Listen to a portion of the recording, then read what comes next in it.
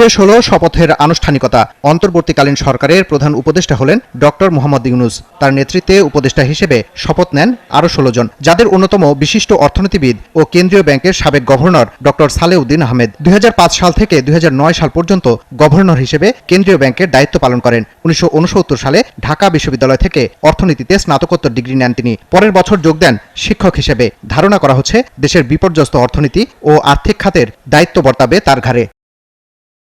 M Sakhawat Hossain Bangladesh সেনাবাহিনীর একজন অবসরপ্রাপ্ত ব্রিগেডিয়ার জেনারেল। 2007 সালের তত্ত্বাবধায়ক সরকারের সময় নির্বাচন কমিশনের একজন কমিশনার হিসেবে দায়িত্ব পালন করেন। সে সময় দেশে একটি গ্রহণযোগ্য নির্বাচন আয়োজনে কৃতিত্ব অর্জন করেন তিনি। 1971 সালে বাংলাদেশ স্বাধীন হলে 73 সালে তিনি দেশে ফিরে মেজর পদে কুমিল্লা সেনানিবাসে যোগ দেন।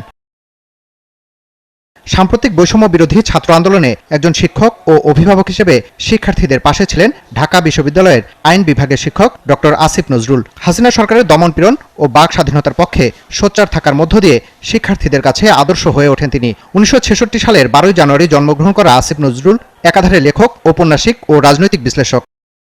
দেশের আলোচিত মানবাধিকার কর্মী আদিলুর রহমান খান মানবাধিকার সংস্থা অধিকারের প্রতিষ্ঠাতা ও সাবেক ডেপুটি অ্যাটর্নি জেনারেল। তিনিও উপদেষ্টার দায়িত্ব নিতে যাচ্ছেন।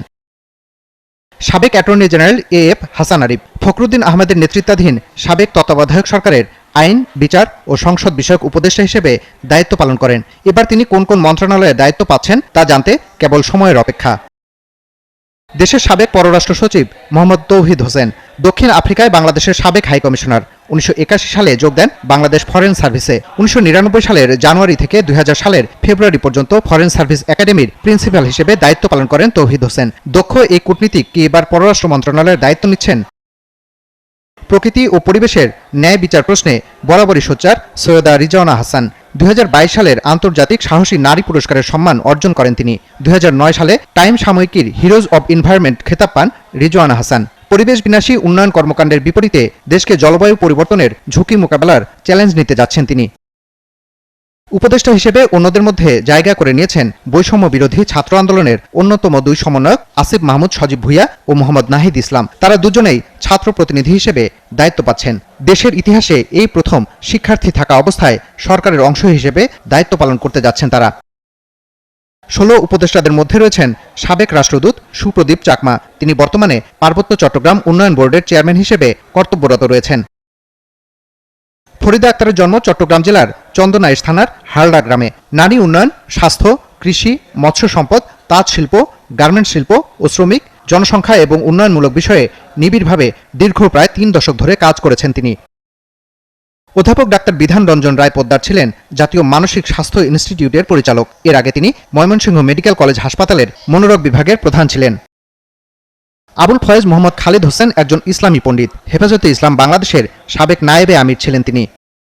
গ্রামীণ ব্যাংকের জন্মলগ্ন থেকে প্রফেসর মোহাম্মদ ইউনূসের সাথে দীর্ঘ 2 দশকেরও বেশি সময় কাজ করেছেন নূরজাহান বেগম।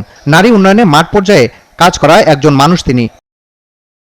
যে 4 জন অন্তর্বর্তীকালীন সরকারে স্থান পেয়েছেন তাদের অন্যতম ডক্টর শারমিন মুর্শিদ। নির্বাচন পর্যবেক্ষণকারী বেসরকারি সংস্থা ব্রতির প্রধান নির্বাহী কর্মকর্তা তিনি। আমি মনে করি আমাদের দেশের উগ্র অত্যন্ত আক্রমণাত্মক যে পুঁজি সমাজ, এটাকে একমাত্র কমনীয় করে তুলতে পারে ওনার সামাজিক ব্যবসা।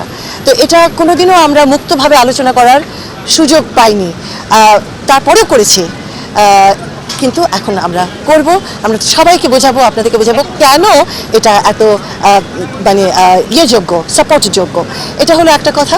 আরেকটা কথা হচ্ছে যে এত বড় একটা দুর্যোগ হয়ে গেল গত 2 মাসে, আর গত 1 মাসে আকাশ আর পাতালের একটা পরিবর্তন ঘটে গেল, যেটা আমরা ভাবতেও পারিনি, এবং অনেক বড় ধ্বংসের মধ্য দিয়ে, আমাদের অনেক বাচ্চাদেরকে হারানোর মধ্য দিয়ে।